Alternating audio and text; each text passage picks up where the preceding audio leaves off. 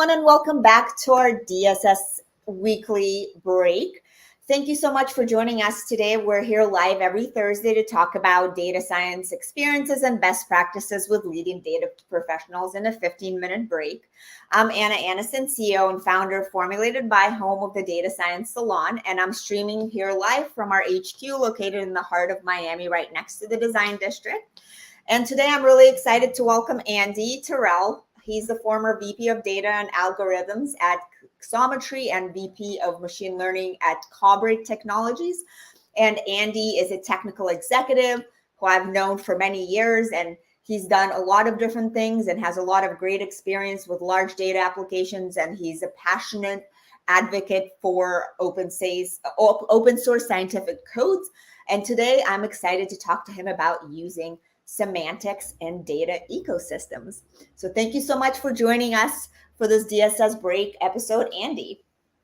Thanks, Anna. I really appreciate all the kind words, and you got it all together there. It's like, oh yeah, it seems like knows all the things I'm kind of doing, but yeah, I'm really excited about talking about semantic web technology here, something I've been passionate about. I've been using in organizations for a long time, ever since I worked with the government for a long time ago to find black market activities on the dark webs and things like that. So I'm super excited to kind of present to the audience kind of how that's translated into enterprise technology systems. Nice. So we had the honor to have you as a speaker at yesterday DSS virtual event. Thank you, some of you. We had over 1,500 people there, so it was like such a great event. And your talk was one of my favorites. It was about semantics and data ecosystems. For those of you new to the topic, could you briefly maybe describe what that semantic modeling actually is? Yeah, totally. And it's understandable that it's hard to kind of parse out exactly what's going on, because the ecosystem has kind of changed over time. And even if you try to use tools that are, that the semantic researchers use, they're very difficult to kind of understand at a certain level. But essentially, you think about, I have a data in a database about something, and they might be a customer, and they might have their name, their location, and their ID, and things like that. And what we end up doing as a data community is we'll take that ID, and then we'll hash the email address, and that'll be our identifier. And you are passing around the data representation of a thing without actually what it is, right? And so I have some ID, and all I need to know about that ID is maybe, is it a Gmail or is it a Hotmail address or something? And so like I can create little models or whatnot. Semantics is taking it to a level of like, well, hey, if you're just passing around the raw data, you lose a lot of the characteristics of what you're modeling. So let's actually go one level higher, so a higher level of abstraction, to talk about what is that data really about. And so you come in with typically a schema, and the most prominent is like schema.org, which is used for the internet. And it says like, oh, this is a product review. And like, you can put the text in there, you can put like, the five out of 6 stars. And just because you have, 5 out of 6 stars doesn't mean that it could be a restaurant. It could be talking about a product. It could be talking about a service. But by putting that schema to it, it's like, this is a product review, or this is a restaurant review. You can now couple the meaning and intent of that data to the actual data that's underneath it. And so where this really crops up is like, especially like in sales teams, where they're trying to communicate, like, I have this kind of client, perhaps it's a hot lead, or maybe it's a cold lead. Well, how do they represent that? They might ask questions, right? Like, oh, when's their window of purchase? Like, have you ever purchased anything like this before? What's your budget? Or you can just say like, this is the hot lead. And like on the phone, like if you're talking to your buddy, you say, this is the hot lead, but having some higher level process that actually determine hot lead, cold lead, and pass that schema along with the data, helps the whole system kind of understand what you're talking about, and when you're passing data piece, and you don't have to like necessarily deduce and infer what each piece is. So just taking it to that next level of abstraction, we're talking about the actual thing, not just the data of the thing. Cool. And how does this semantic data models make a data? You talked about sales teams, but what about data engineers? How does it make their lives better? Yeah, so I think every data engineer has been in one of these phone calls where someone comes in and says like, well, this data doesn't match that data. And you're like, well, of course that data doesn't match that data, because that data is like the last 2 weeks, and this one's the last 4 years, right? And so Right. the way that we specify what we're actually looking at sometimes is very, very, has lots of filters or has like very specific details.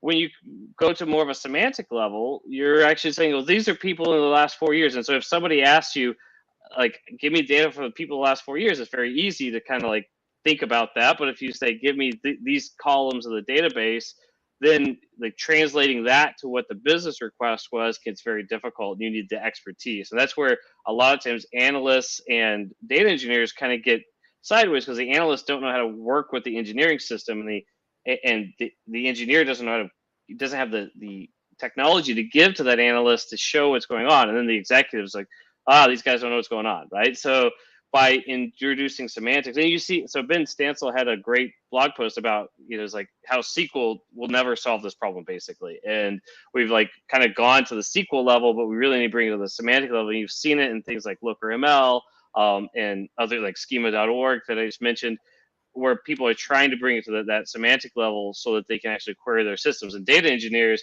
aren't like constantly arguing with the analysts about whether they queried the right data or not. They can just give them a layer to describe their data and then translate that into the data system's query system. Cool. Maybe you could share a link to that article after we finish with this, so people can see. And what are some challenges that you've experienced with the semantic models? I'm sure that it's probably not perfect, right? Like everything else. So maybe you could talk a little bit about that.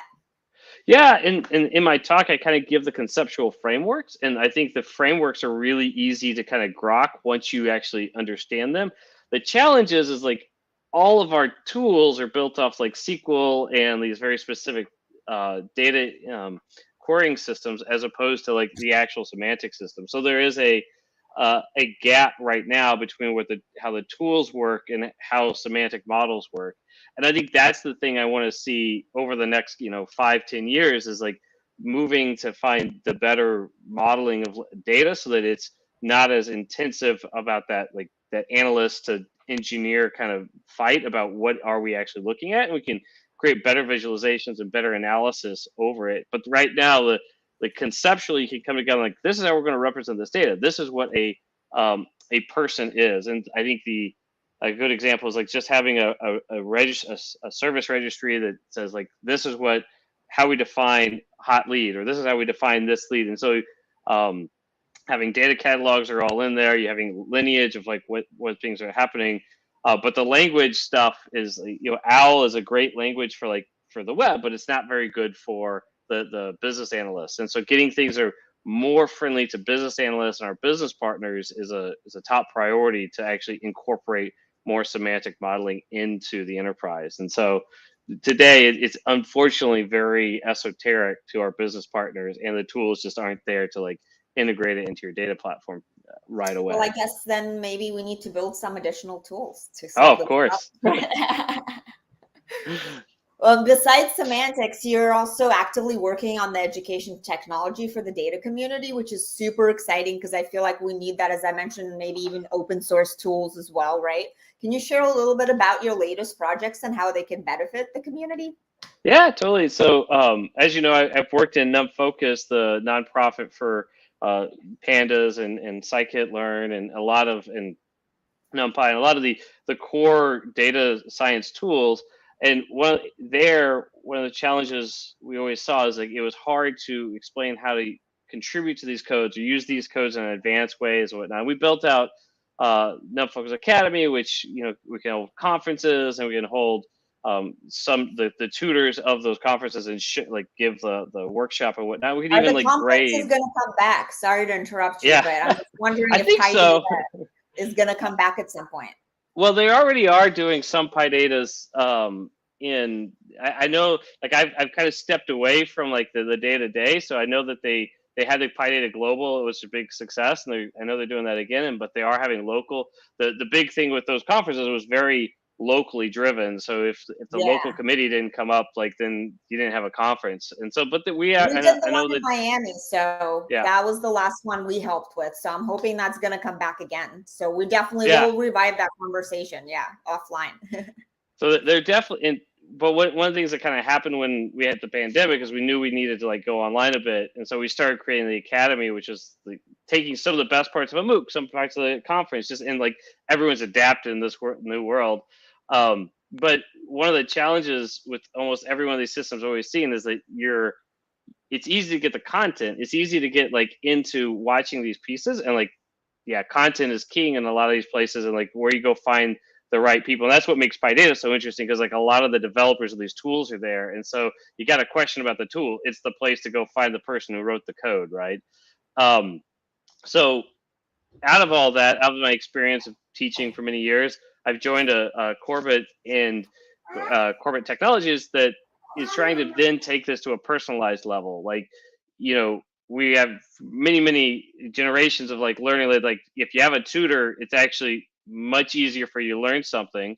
And what we're kind of working with is like reinforcement learning on top of these learning platforms that actually takes the content and brings it to you in the way that you learn. Maybe it's Socratic dialogue, maybe it's more exercises, maybe it's better videos and that sort of thing. And so super excited to work with a team that's trying to take personalization to every learner. And we've seen like some really great success coming out of Yoshua Bengio's group in Montreal, and they've got several papers showing how much better their learning objectives become once you actually add that personalization in. So. Cool. Yeah, no, and I definitely miss that, touch of actually speaking to the tool makers and doing that. But I'm sure that you guys maybe were even able to expand the community further globally, because I know that, people were joining from all over the world for our events as well. Yeah. So we were actually able to grow during that time. And now the challenge is to get people back out, right? Yeah, totally. So, yeah. And I think part of that is people know they're missing something now, right? Like you go to these conferences and it's like, oh, it's so easy to go to a conference, but you start to miss that interaction that actually where you learned a little bit more deeper, the technology or the use case or the intentionality. And I definitely understand that, because like the last 2 years, we haven't really gotten that like tacit feedback of somebody like just groaning at your joke or even like, here's a piece of code. Like there is a thing missing. And so as people realize what they can gain from that and where they can learn best, I think conferences are going to come back and be more meaningful even than they were before. So yeah, I think probably smaller but more meaningful, you know. And and I think this industry is definitely one of the more cautious ones, right, about conferences. So yeah, because the committee here in Miami, like I've been trying to get them to do stuff, and they're like, we're not ready, but we'll get it done. We're doing something in September, so we're going to definitely activate the PyData community during that time as well. Awesome. Well, I'd be excited to come out. Yeah, that would be great. Maybe you could come out and speak or something. That would be awesome. And Miami's definitely come a long way as far as tech during the pandemic. So it's been really nice to see that. So absolutely. Well, cool. Well, thank you so much for joining us today, Andy, and for sharing your experience. It was really a pleasure to have you. I look forward to having you back again. And as I mentioned, Andy was one of the speakers that we had yesterday at our virtual event, and which is focused on AI and machine learning applications in the enterprise. And just in case you missed it, it is available on demand through the link that's going to be shared for 2 weeks. So you can actually watch it all for free and catch Andy's talk there. So I hope you enjoyed this. And Andy, thanks again. And I hope everybody has a great rest of the weekend. Bye, guys.